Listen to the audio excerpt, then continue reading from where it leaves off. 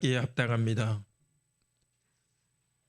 하나님의 말씀을 어기고 하나님을 배반한 인류로서 영원한 저주 가운데 있는 저희들도 그들 중에 한 사람이었지만은 저에게 특별한 은혜 주셔서 예수 그리스도를 통한 구원의 은혜 주신 것 감사합니다. 저희들이 받은 구원의 은혜 저희들이 이미 알고 있지만 다시 배우면서 이 큰 은혜를 알고서 하나님께 더 가까이 나가고 찬양하고 더 거룩한 백성 되기 원합니다. 이 저녁에도 저희들에게 가르쳐 주시옵소서. 저희들이 배우고 아멘하며 다시 예수님을 우리의 주로서 받아들이기에 은혜를 주소서. 우리 주 예수 그리스도 이름으로 아버지 하나님께 기도드립니다. 아멘. 우리 오늘은 요리문답 제24주입니다. 선행은 조금도 구원의 공로가 되지 못한다는 것입니다. 요리문답 98페이지입니다.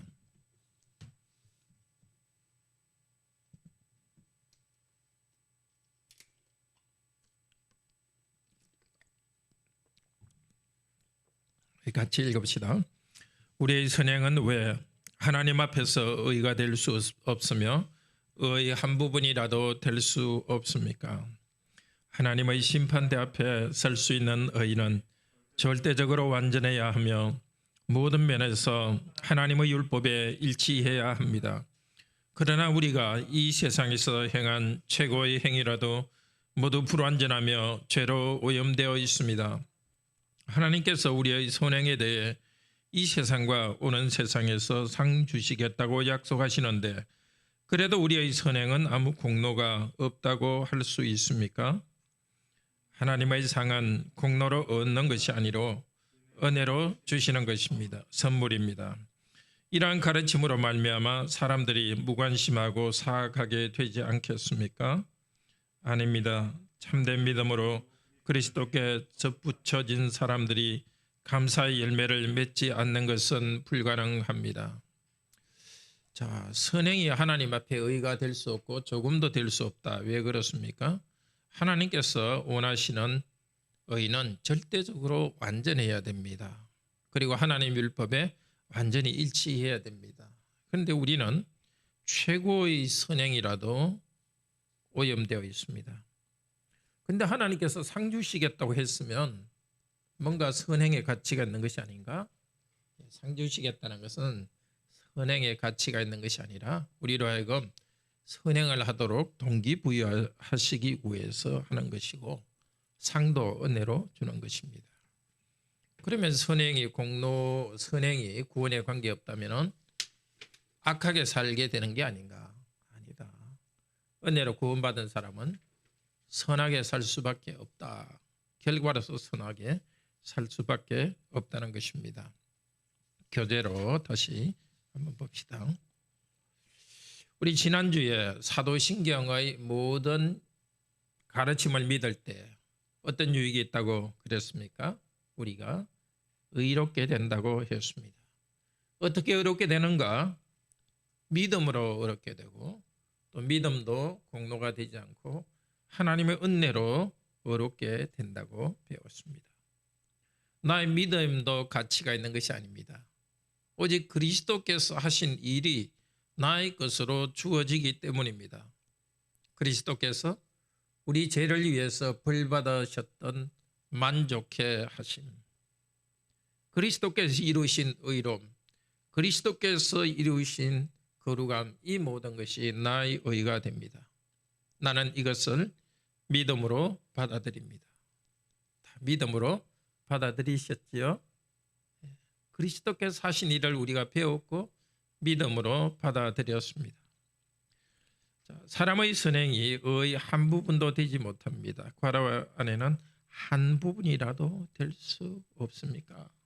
정말 조그만 부분이라도 0.00001%라도 될 수 없습니까? 될 수 없습니다. 근데 우리는 되게 어떻게 생각하는 경향이 있습니까? 그 다운편에 써놨지만은 완전히 공짜로 구원을 받는다고 생각하면은 염치가 없는 게 아닌가? 너무 뻔뻔한 쓰는 게 아닌가? 내 선행이 조금이라도 있어야 되지 않는가? 이렇게 좀 뭔가 미안해서 그렇게 생각하기도 합니다. 또 한편 그래도 나는 좀 착한 것이 있으니까 구원받는데 조금이라도 보탬이 될 것이 아닌가 이런 생각을 가집니다. 작년인가 재작년인가 이 말씀을 배우고 어느 자매가 그러더라고요. 뻔뻔스럽게 보일지 모르지만은 나는 이제 나의 선행이 아니라 오직 죄인이지만 오직 예수님의 은혜로 구원받았다고 믿습니다. 그렇습니다. 우리는 이렇게 나의 선행이 아무것도 없이 된다고 하면 뭔가 뻔뻔스러운 게 아닌가 그렇게 생각할 수 있습니다. 그런데 그렇게 생각하면 문제가 있습니다. 내가 의롭게 되는데 나의 선행이 조금이라도 보탬이 있다고 생각하면 그리스도의 속죄에 대해서 그리스도의 은혜로 우리 죄가 용서되었다는 그것이 문제가 됩니다.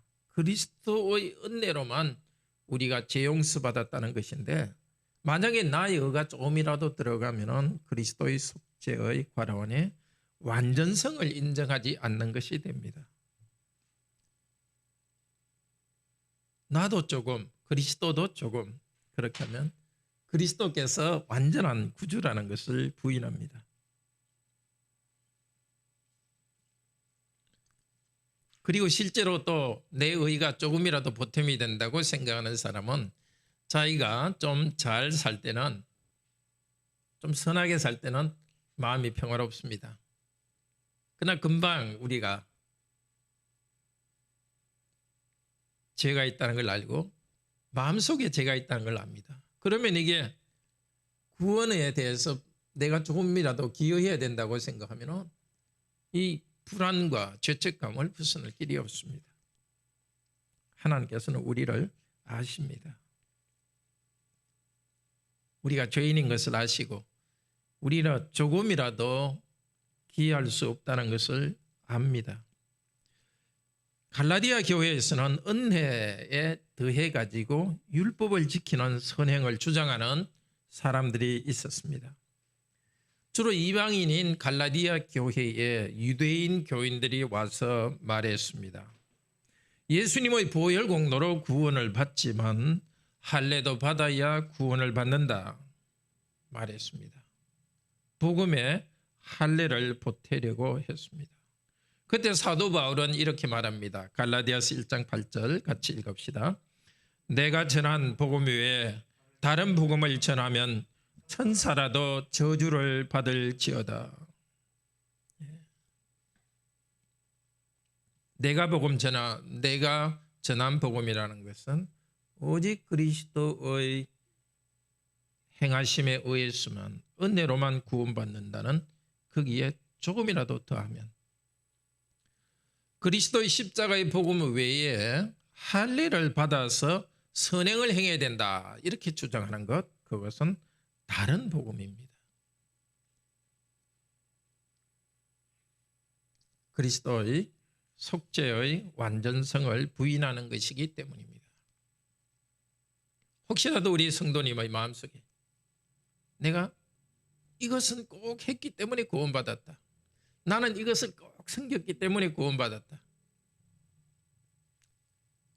혹은 구원받기 위해서는 이것을 계속 해야 된다 하는 것이 있습니다. 그것이 아무 선한 것이라도 그것은 다른 복음이 되어버립니다. 자, 왜 그런가? 조금의 선행도 우리가 더 할 수 없습니다. 파란색으로 된 것 요리문답 한 부분입니다. 같이 읽읍시다.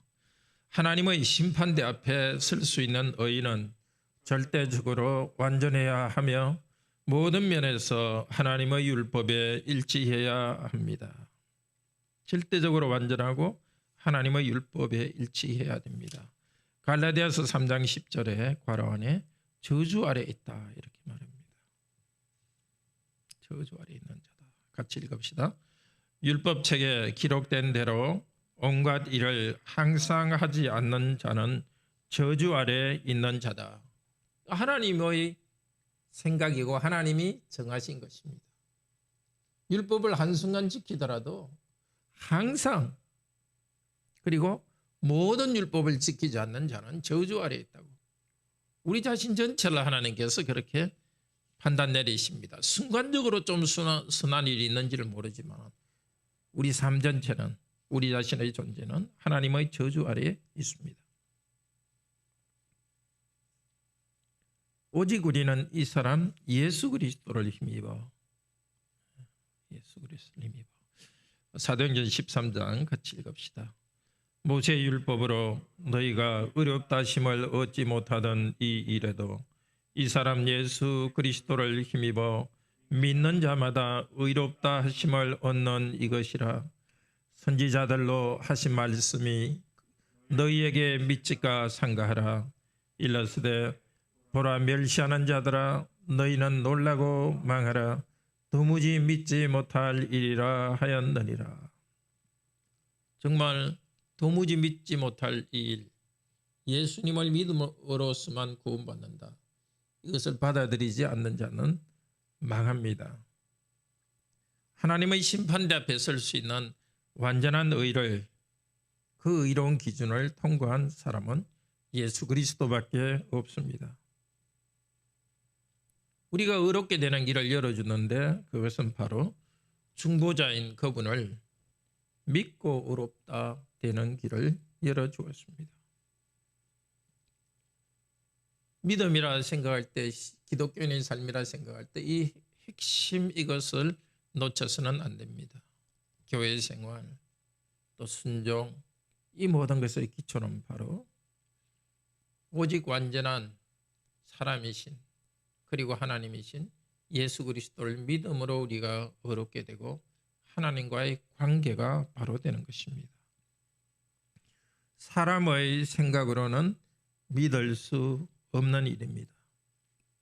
우리를 구원하실 때는 사람의 행위가 아니라 그 안에 믿음이라는 기준으로 구원해 주십니다. 믿음은 나의 확신이 아니고 하나님께서 하신 일, 모든 일을 그냥 받아들이는 것이 믿음입니다. 자, 3번 같이 읽읍시다. 우리가 이 세상에서 행한 최고의 행위라도 모두 불완전하며 죄로 오염되어 있습니다. 이사야서 64장 6절 읽읍시다. 대저 우리는 다 부정한 자 같아서 우리의 의는 다 더러운 옷 같으며 우리는 다 쇠폐함이 잎사귀 같으므로 우리의 죄악이 바람같이 우리를 몰아가나이다. 우리의 의로움은 더러운 옷 같다고. 죄가 더러운 옷 같은 것이 아니라 우리의 의로운 것도 하나님 앞에서는 더러운 옷과 같습니다.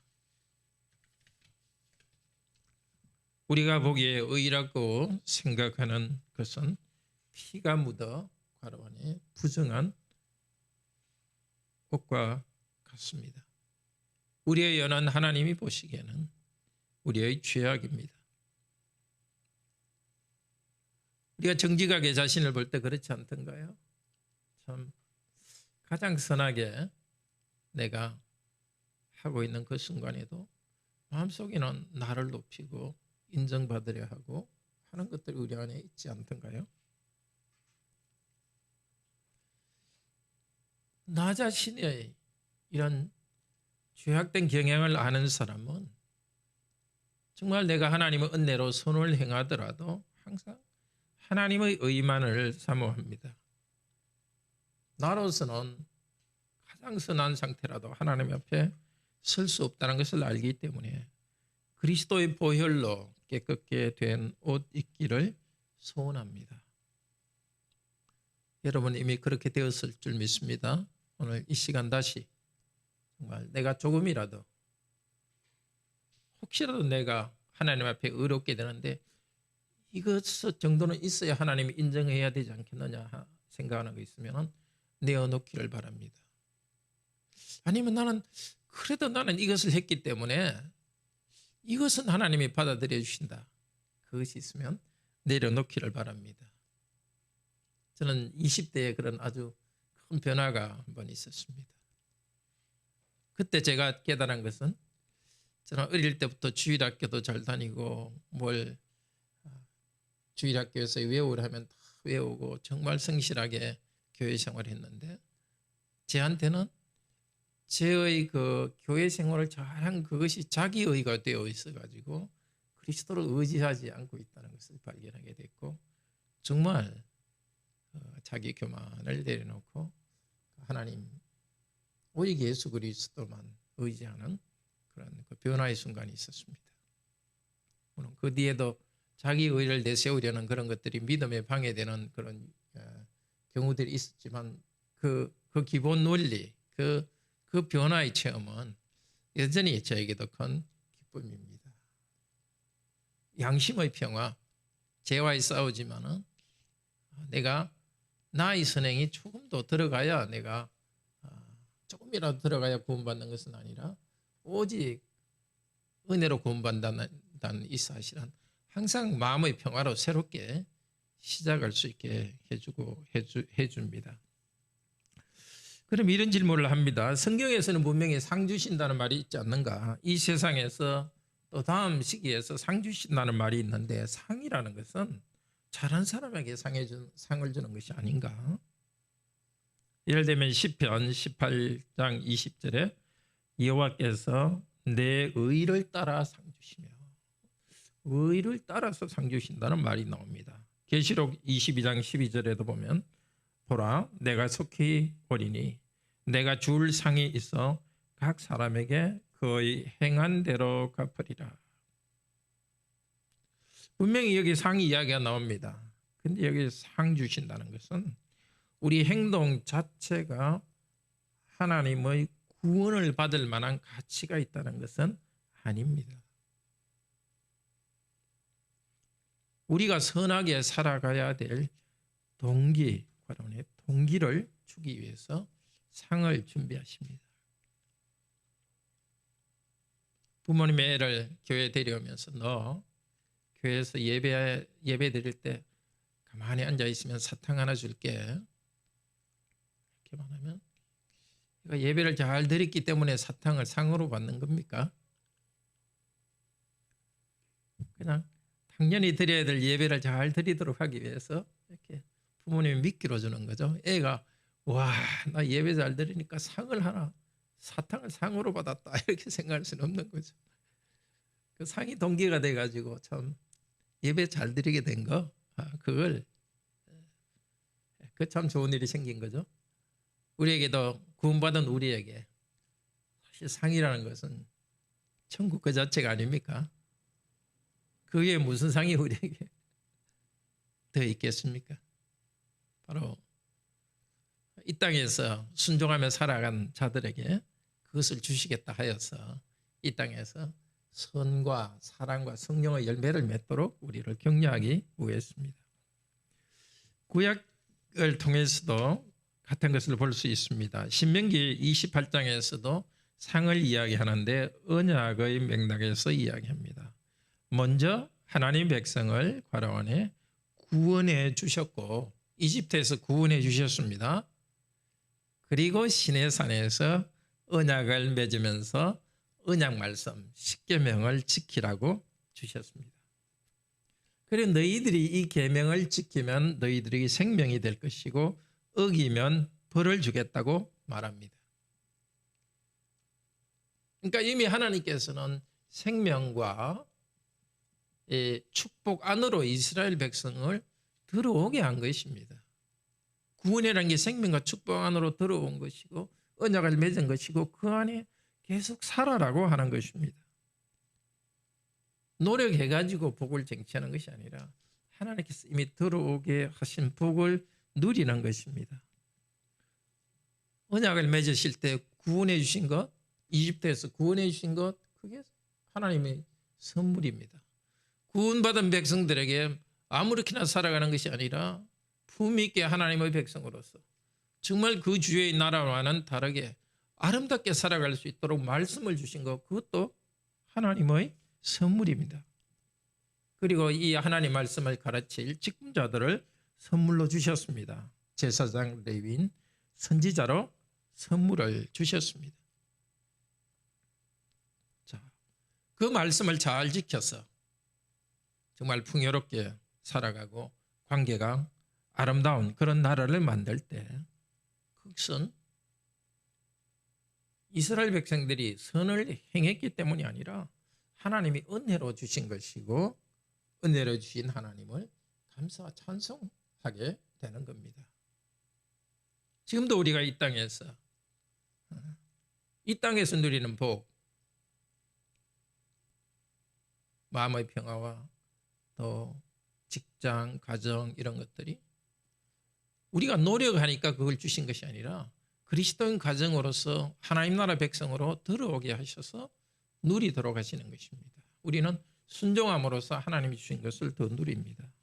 마찬가지로 천국에서 우리가 누리게 되는 그 복도 이 땅에서 공적을 많이 쌓아가지고 되는 것이 아니라 우리를 의롭다 하셔서 그 천국 백성으로 삼아주셨고 우리는 천국에서 미리 살 그 아름다운 삶을 이 땅에서 미리 살아가는 것입니다. 이 땅과 천국으로 연결되는 이 연결되는 것을 만들어주기 위해서 상이라는 말을 하는 것입니다. 그 상은 하나님께서 이미 우리 안에 우리에게 초대해서 우리를 들어오게 하신 그 나라 백성으로 살아가는 그게 은혜 안에 이미 상이 있는 것입니다. 자, 그런데 구원받는데 선행이 아무것도 관계없다 이렇게 하면은 은혜로만 구원받는다고 하면 사람들이 선행에 대해서 무관심하고 사악하게 되지 않겠습니까? 아닙니다. 읽읍시다. 아닙니다. 참된 믿음으로 그리스도께 접붙여진 사람들이 감사의 열매를 맺지 않는 것은 불가능합니다. 즉 그리스도의 선행은 은혜로 구원받은 사람들이 결과로서 감사의 열매를 맺습니다. 로마서 3장 8절에서 사도 바울이 은혜로 구원받는다는 것에 대해서 말했습니다. 죄가 있는 곳에 은혜가 넘쳤다 이렇게 말하니까 유대인들은 이렇게 말한다고 그 성경에 기록되어 있습니다. 그래? 죄가 있는 곳에 은혜가 넘쳤다? 그러면 그 선을 이루기 위해서 악을 행하자? 이런 식으로 유대인들이 비난한다는 것을 사도 바울이 이 편지에 기록해 두었습니다. 또 종교개혁기에 로마 교회가 우리 개신교회를 비난했습니다. 같은 말로 비난했습니다. 너희 개신교들은 구원에 조금 더 선행이 관계없다고 말하기 때문에 사람들이 악을 행하도록 만들고 있다고 말합니다. 그건 사람의 논리고요. 로마서 6장은 이렇게 대답합니다. 그럴 수 없느니라 너희가 알지 못하느냐. 그러니까 선을 이루기 위해서 악을 행하자 이렇게 말하는 것이 아니라 그렇게 될 수 없습니다. 왜냐하면 성도는 그리스도와 관원에 연합되어 있습니다. 더 이상 죄 가운데 있을 수 없습니다. 이건 논리적인 문제가 아니라 영적 세계에서 하나님께서 이루는 일입니다. 무슨 말이냐면은 우리가 구원받는 것은 우리의 행위를 통해서 구원받는 것이 아니라 믿음으로 구원받습니다. 우리가 나는 예수님은 나의 주님이라고 믿습니다. 나를 죄로부터 구원하신 분이요 하나님께서 당신의 아들 그리스도를 통해서 내 죄를 용서한 것을 믿습니다. 이렇게 믿을 때 하나님께서 어떻게 하시느냐? 우리와 그리스도를 연합하게 하십니다. 우리 노력으로 되는 것이 아닙니다. 그거는 믿게 되는 것도 우리 노력으로 되는 것이 아니라 아니고 우리가 그리스도와 연합하게 되는 것도 우리 노력으로 되는 것이 아닙니다. 이 두 가지는 개념이 다릅니다. 우리가 믿음으로 그리스도를 믿는 것과 우리가 그리스도에게 연합되는 것 이거는 동시에 일어나지만 다릅니다. 요한복음 15장 5절 바로 연합된다는 것입니다. 같이 읽읍시다. 나는 포도무 나무요 저희는 가지니 저가 내 안에 내가 저 안에 있으면 이 사람은 과실을 많이 맺나니 나를 떠나서는 너희가 아무것도 할 수 없음이라. 자, 우리는 예수 그리스도와 연합됩니다. 우리 노력으로 연합되는 것이 아닙니다. 예수님을 우리의 주님으로 믿을 때 성령께서 우리를 그리스도와 연합되게 만들어 주셨습니다. 그래서 그리스도와 연합되어 있기 때문에 선행의 열매를 맺지 않을 수가 없습니다. 구체적으로는 뭐냐면 죄 용서 은혜를 아는 성도는 마음속에 감사가 일어납니다. 나 같은 죄인을 구원해 주셨는데 내 행위가 아무것도 없이 오직 은혜로 구원하셨는데 그 은혜에 대한 감사하는 마음이 자연적으로 일어납니다. 믿음에 반드시 붙어 일어나는 요소가 감사의 마음입니다. 그리고 우리는 감사하기 때문에 선행을 행하기 시작합니다. 이렇게 선행의 열매를 맺은 성도는 자기의 공로를 말하지 않습니다. 제가 주님께 붙어 있으니까 주님이 주신 생명과 영양 주셔서 열매 맺게 했습니다. 나는 무익한 종입니다. 나의 일을 행한 것뿐입니다. 라고 말합니다. 선행을 하게 된 것 또한 하나님의 은혜입니다. 하나님의 백성은 하나님의 기준으로 그리스도께서 주시는 힘으로 하나님의 영광을 위하여 선을 행합니다. 이 선행의 기준이죠. 하나님의 기준으로 그리스도께서 주신 힘으로 목적은 하나님의 영광을 위하여 선을 행합니다. 우리가 선행의 과실을 많이 맺으면 열매를 맺으면 하나님께 영광이 됩니다. 우리 그리스도인이 거듭난 자로서 선행을 행할 때에 우리 안에 하나님의 영광이 나타납니다. 참된 선이신 하나님이 나타납니다. 참된 사랑이신 하나님의 사랑이 우리 삶 가운데 눈에 보이게 나타납니다. 우리 자신이 이제 선행의 열매가 우리 안에 나타나는 것을 보고서 하나님 은혜를 인정하며 영광을 돌립니다. 영광이 세세토록 하나님께 있을지어다. 아멘. 그리고 우리 성도들에게 나타나는 참 하나님의 선한 영광들, 그리스도의 모습들 보고 우리는 영광 돌리고 우리 나눔 시간에 이렇게 서로 성도들의 감사를 보고서 하나님께 영광 돌립니다. 불신자들도 우리 성도들의 삶에 나타나는 그 선행을 보고서 하늘에 계신 우리 아버지께 영광을 돌립니다. 디모데후서 4장 8절은 이렇게 말합니다. 읽읍시다. 이제 후로는 나를 위하여 의의 멸류관이 예비되어 있다. 의의 멸류관, 내가 의롭게 해서 멸류관을 받는 것이 아니라 먼저 의롭다고 인정받아서 의를 행합니다. 의를 행하기 때문에 의롭다고 인정받는 것이 아니고 예수 그리스도를 믿기 때문에 의롭다고 인정받고 그 은혜에 감사여서 성령님의 역사로서 우리가 의로운 삶을 살아갑니다. 그런데 천국에서 우리에게 주시는 상도 우리의 의를 인정해 주는 것입니다. 그러니까 의롭다고 인정해 주는 것입니다. 내가 이룬 그 의가 아니라 하나님께서 의롭다고 인정해 주셔서 그래서 내가 의를 행했고 그 하나님의 은혜로 이루신 당신이 이루신 의를 멸류관을 우리에게 씌워 주십니다. 은혜로 주시는 선물입니다. 은혜로 주신 선물이 있기 때문에 우리는 천국을 향해서 달려갑니다.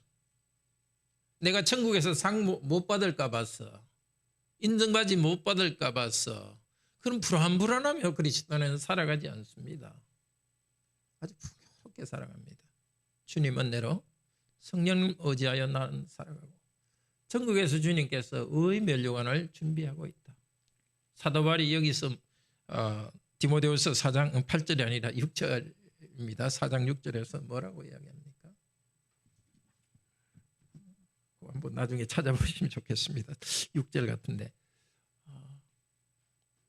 주의 나타나심을 사모하는 모든 자에게 의의 멸류관을 준다 그랬습니다. 그러니까 다 우리는 선물 받았지 않습니까? 믿음으로 구원받는. 몇 절입니까? 4장?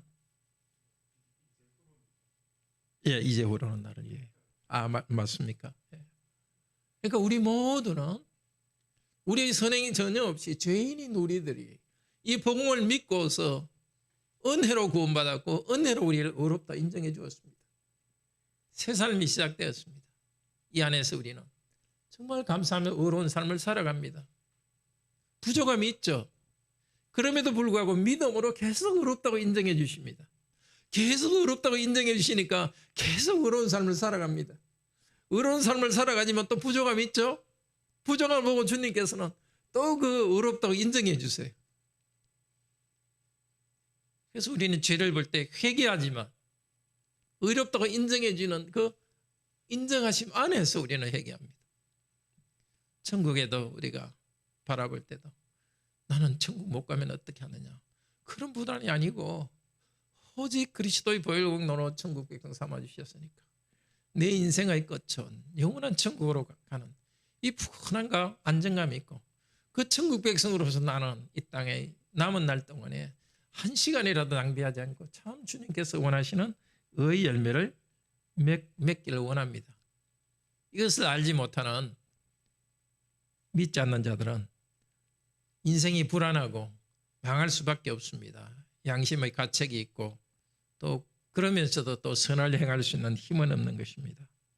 정말 우리는 그리스도의 의만을 의지하고 또 은혜로 열매 맺게 하심을 감사합시다. 기도합시다. 자비로우신 하나님, 이 은혜를 주셔서 하나님을 아버지라 부르고 하나님과의 관계에서 하나님 쪽에서 우리를 의롭다고 인정해 주셨습니다. 우리 안에 어떠한 의가 조금도 있었을가 아니라 오직 예수 그리스도께서 하신 의 때문에 우리를 의롭다고 인정해 주십니다. 우리는 자꾸만 나에게 조그만 의라도 있어야 하나님이 받아들여 줄 것이 아닌가 그런 미안한 생각을 갖습니다. 아니면 조금 교만해져서 나는 이 정도 되니까 하나님께서 나를 의롭다 하실 것이 아닌가. 그러나 하나님께서 원하시는 의는 완벽한 의여야 되고 그것은 오직 예수 그리스도밖에는 그런 의로움을 이룬 사람이 없습니다. 오직 저희들은 예수 그리스도를 믿음으로써 우리도 그리스도처럼 의롭다고 인정해 주십니다. 이 의롭다함을 받았사오니 이 은혜 가운데 살게 하소서. 천국에서 우리에게 또 상을 주시고 의롭다고 인정해 주시는데 이 또한 우리가 우리의 공덕으로 의롭게 해서가 아니라 은혜로 의롭다고 삼아 주셨기 때문에 저희가 또한 은혜로 순종하여 이루어진 것입니다. 하나님 앞에서 그 큰 영광을 누리고 천국의 영광을 누릴 때 우리는 이 모든 것이 은혜입니다라고 고백합니다. 그 영원한 천국에서 우리가 받을 그 영광스러움을 생각하며 이 땅을 살아갑니다. 우리의 부족함을 볼 때 회개하며 다시 그리스도를 의지합니다. 우리가 죄를 지었을 때 다시 회개하고 거룩한 삶을 살기를 원합니다. 이 모든 것이 은혜 안에 있으니 성부와 성자와 성령 하나님께 영광을 돌립니다. 주 예수 그리스도 이름으로 기도드립니다. 아멘.